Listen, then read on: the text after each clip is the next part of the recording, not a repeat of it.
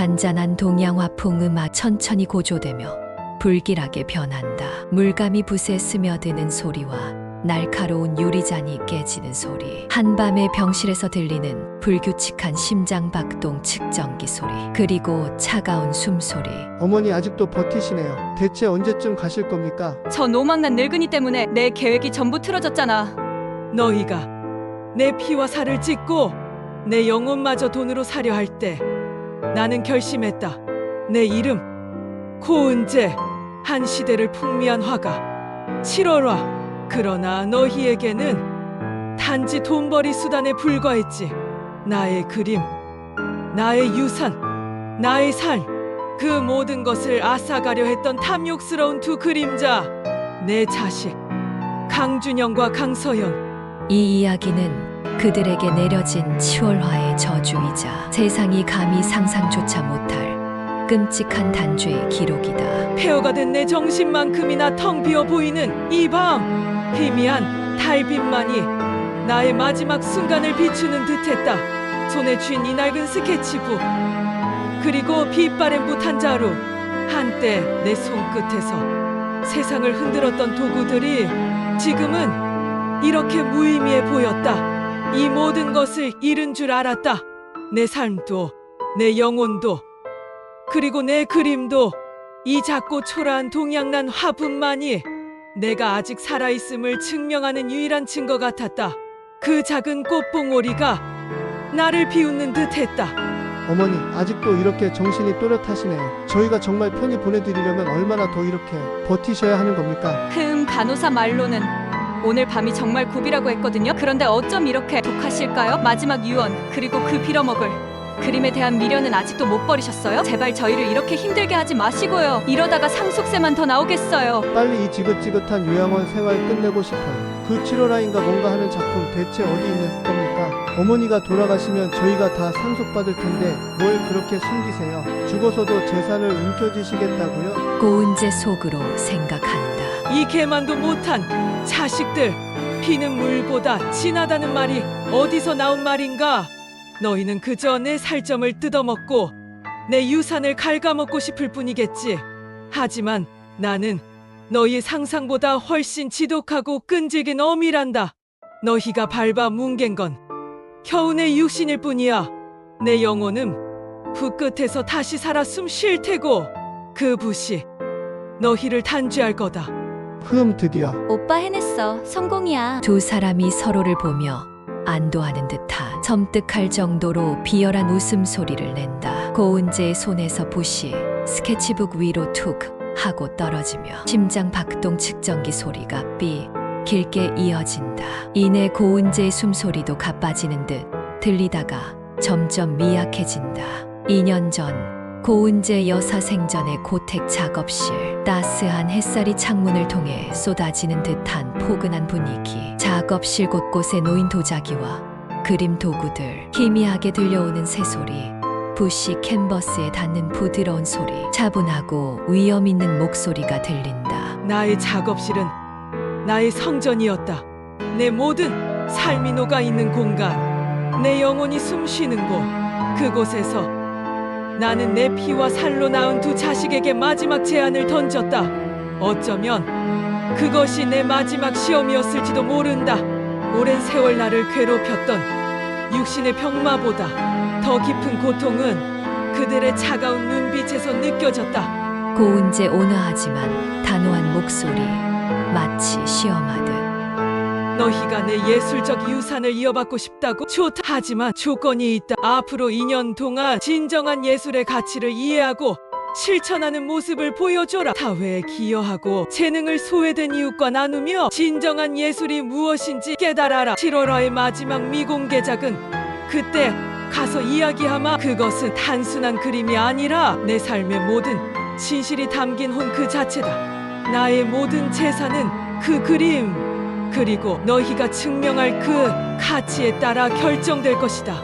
어머니 당연하죠. 저희 어머니의 위대한 예술론을 이어받아 이 땅에 예술의 꽃을 피우겠습니다.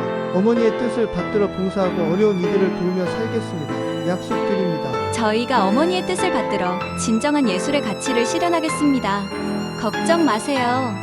어머니께서 염원하시던 재단을 설립하고 저희 이름으로 운영하겠습니다. 저희의 노력과 성과로서 어머니의 유산에 대한 가치를 증명해 보이겠습니다.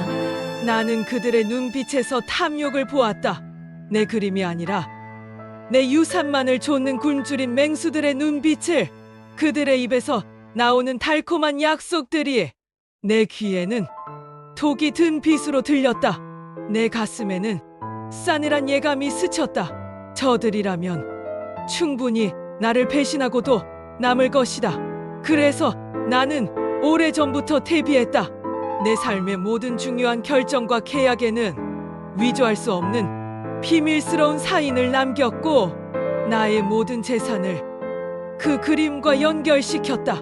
몇 시간 뒤 어느 최고급 퓨전 한식 레스토랑에서 요란하게 술잔이 부딪히는 소리와 고급 레스토랑의 잔잔한 클래식 음악이 들리는 가운데 두 사람의 비열한 웃음소리가 들린다.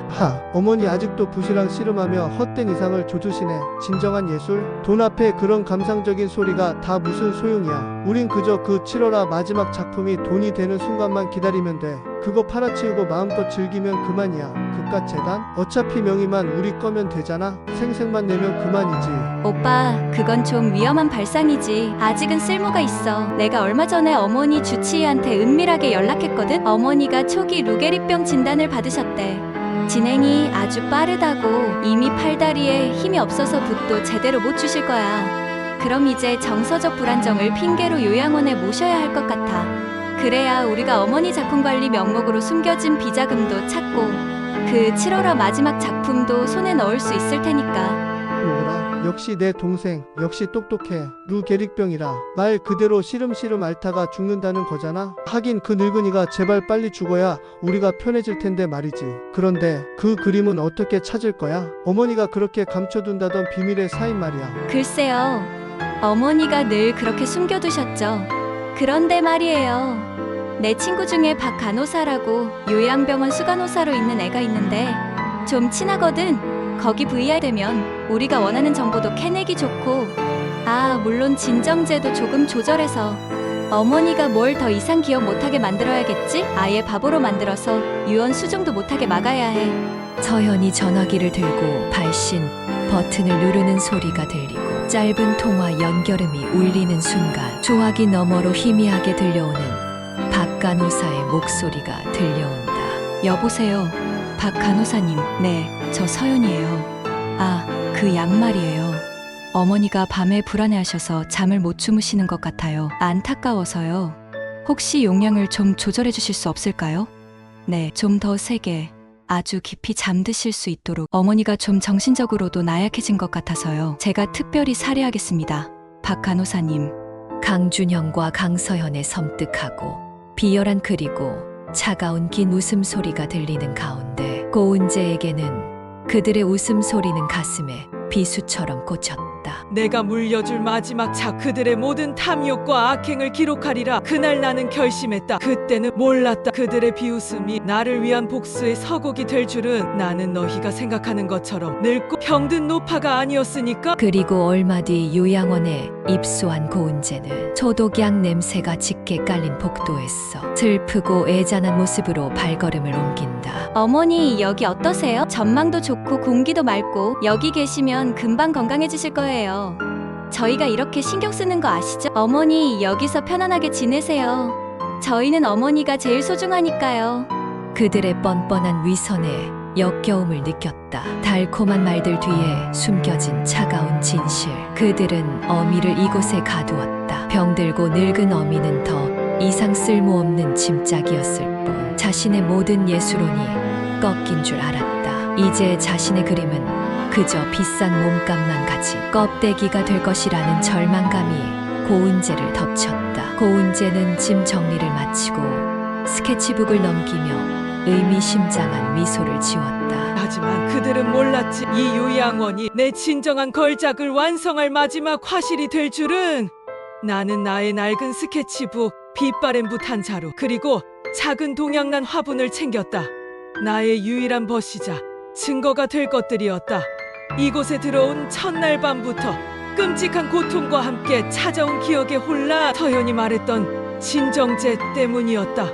몽롱하고 아득한 정신, 눈앞에 아른거리는 환상들, 그림을 그리려 해도 붓은 내 뜻대로 움직이지 않았고 기억은 마치 흩어지는 안개처럼 잡히지 않았다. 고은재는 혼란스럽고 가끔씩 들려오는 알 수 없는 환청이 들리는 가운데 박간호사의 속삭이는 듯, 그리고 나긋하고 친절한 목소리. 하지만 그 속에는 섬뜩함이 배어 있었다. 어머님, 약 드실 시간이에요. 이걸 드셔야 편안하게 주무실 수 있으세요. 저희 준영, 서연 씨가 어머님 걱정을 많이 하셔서 특별히 신경 쓰고 있답니다. 어서 드시고 편히 쉬세요. 편안? 그래, 편안. 나는 왜 여기 있는 거지? 나는 7월아. 내 그림은 어디에? 내 붓.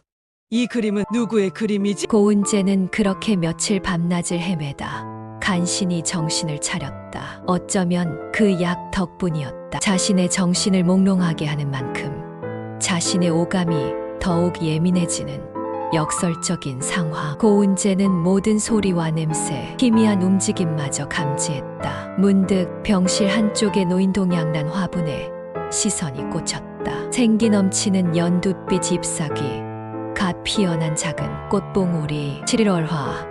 그 예명이 자신의 그림 속 나비를 뜻하는 것이기도 하지만 7월에 피는 강인한 동양난처럼 시련 속에서도 꿋꿋이 피어나리라는 자신의 의지를 담은 것이었다. 고은재는 이 난초를 보며 다시 일어서기로 다짐했다. 자신의 예수로는 자신의 육신이 쇠하더라도 결코 죽지 않았다. 이곳 요양원에는 고은재처럼 가족에게 버림받거나 혹은 가족의 지나친 간섭으로 자유를 잃은 노인들이 많았다. 그들은 저마다의 슬픔을 안고 살았지만 동시에 저마다의 강인한 생명력을 품고 있었다. 그 중에서도 특히 이 선생이라는 분은 고은재의 눈길을 끌었다. 루게리병으로 손을 잘 쓰지 못했지만 그녀의 눈빛은 살아있는 예술가의 그것이었다. 과거 7월화 그림 복원 작업에 참여했던 최고 수준의 도예가 고은재가 병실에서 몰래 붓을 쥐고 스케치북에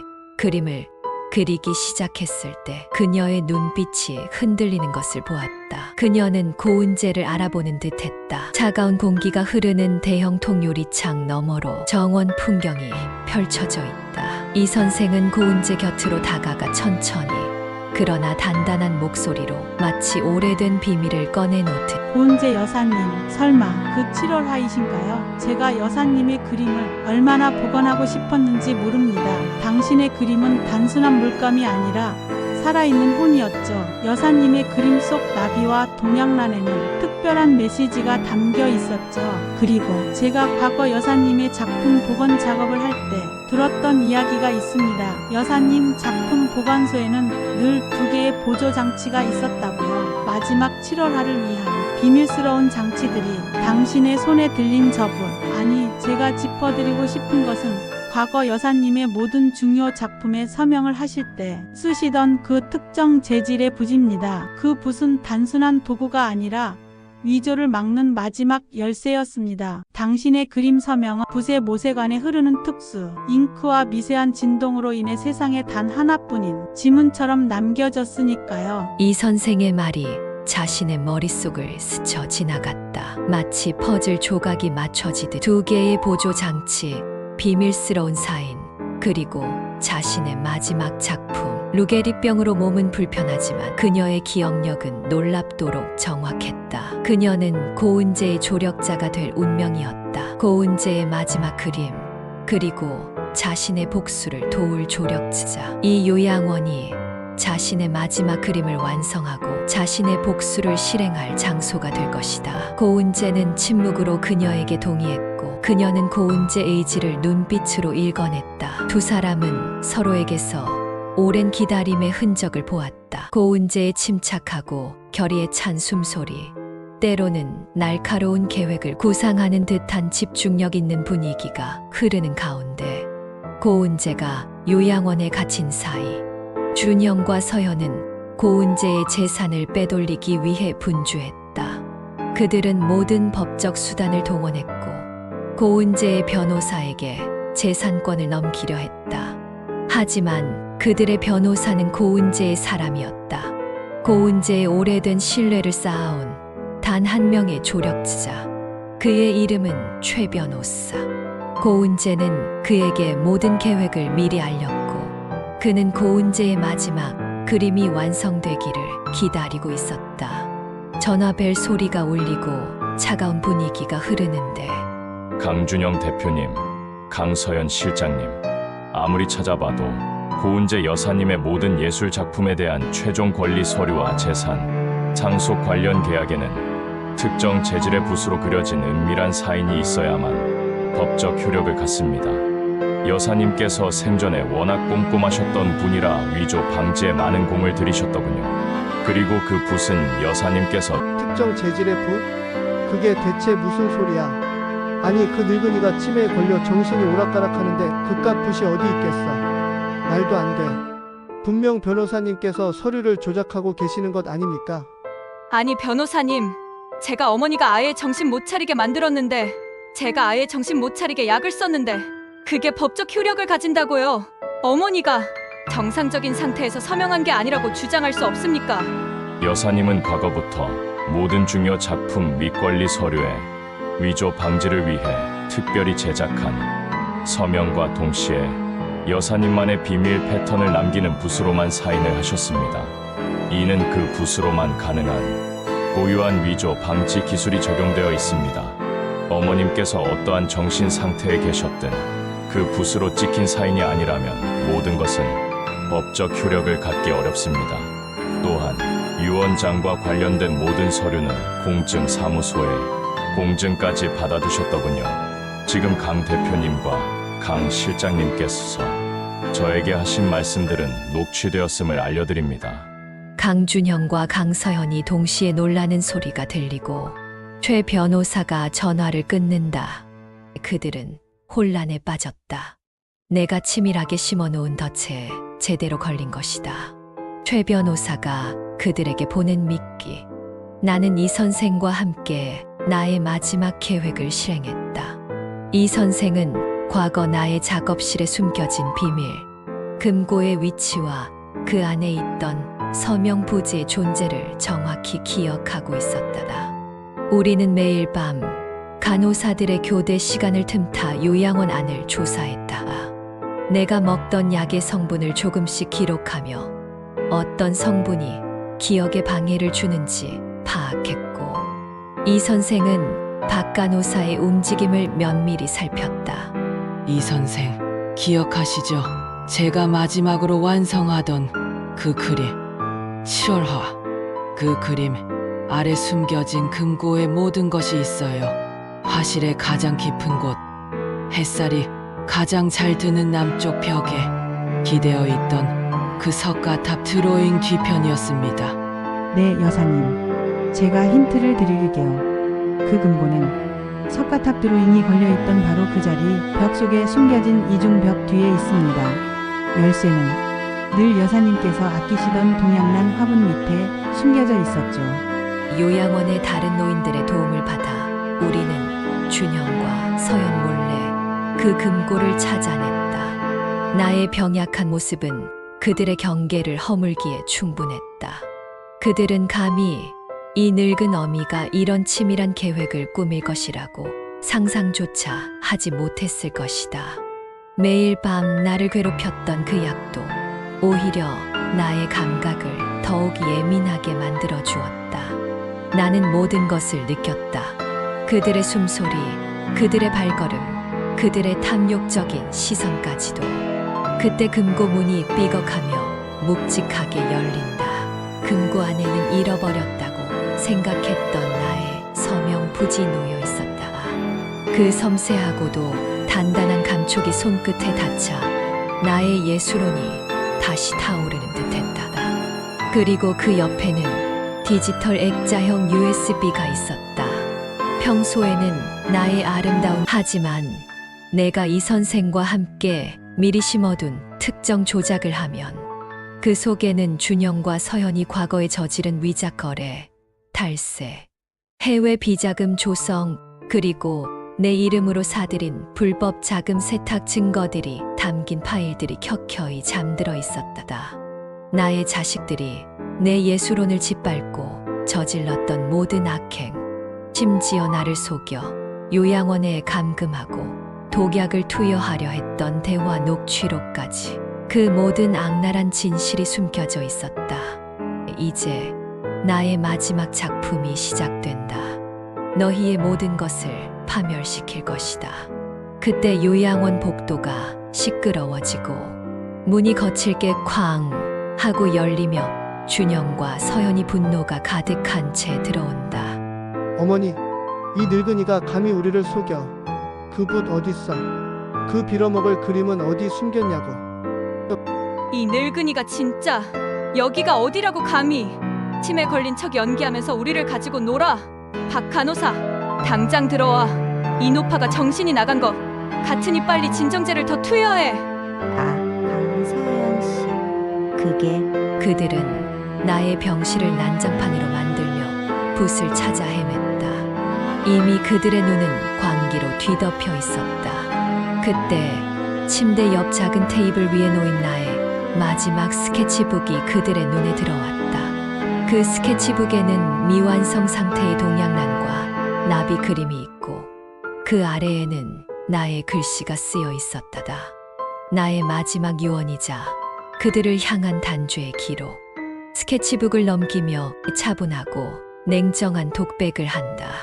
사랑하는 준영, 서연아, 너희는 내가 가진 것을 탐했지만 정작 가장 중요한 것은 보지 못했구나. 내가 남긴 재산은 너희의 것이 될 수 없다. 내가 마지막으로 남기는 것은 너희의 탐욕으로 인해 파멸될 너희의 인생이다. 그리고 진정한 예술은 물질이 아닌 영혼에 깃든다는 사실을 잊지 마라. 강준영과 강서연이 동시에 털썩 주저앉으며 강렬한 충격과 분노와 절망에 뒤섞일 즈음 요양원의 경찰 사이렌 소리가 점점 가까워지고 있다. 어머니, 거짓말이야. 말도 안 돼. 누가 이걸 믿어? 어머니는 치매 환자야. 노망난 노파의 헛소리라고. 아니야. 내가 뭘 했다고. 난 아무것도 안 했어. 어머니가 어떻게 우리에게 이럴 수 있어. 내가 이 모든 것을 되돌릴 거야. 고은재가 이 선생과 함께 디지털 액자형 USB를 요양원 원장에게 전달하는 모습이 선명하게 녹화된다. 나는 모든 것을 계획했다. 나의 병약한 모습은 자식들을 속이기 위한 완벽한 연기였다. 내가 요양원에 들어온 것은 도망치기 위함이 아니라 나의 마지막 그림을 완성하고 그들의 탐욕을 세상에 드러내기 위함이었다. 요양원 원장님은 나의 진심을 이해해 주셨고 나의 계획에 기꺼이 동참해 주셨다. 박 간호사의 배신까지도 이미 예측하고 있었다. 그때 경찰들이 들이닥치며 강준형과 강서연 그리고 박 간호사를 체포한다. 강준영 씨, 강서연 씨. 고은재 여사님의 증언과 제출된 증거물에 따라 미술품 위작거래 탈세, 해외 비자금 조성, 그리고 부모 학대 및 약물 투여 시도 혐의로 긴급 체포합니다. 묵비권을 행사할 수 있으며 변호인을 선임할 권리가 있습니다. 뭐라고? 말도 안 돼. 이건 조작이야. 내가 이 그룹의 대표야. 내가 감히 나를. 어머니가 어떻게 우리에게 이럴 수 있어. 지옥에나 가버려. 내가 가만두지 않을 거야. 지옥에 가서도 저주할 거야. 강서현과 강준영이 경찰에게 끌려나가고 요양원은 소음이 잦아들고 고요해진다. 며칠 후 햇살이 가득하고 따스한 바람이 부는 날 고은재는 나의 두 자식 준영과 서연은 법의 심판을 받았다. 그들이 쌓아올린 탐욕의 성은 한순간에 무너져 내렸다. 그들은 자신의 업보로 인해 모든 것을 잃었다. 그리고 박 간호사 역시 의료 윤리를 저버린 대가를 치렀다. 그러나 나는 그들에게서 빼앗긴 모든 것을 되찾았다.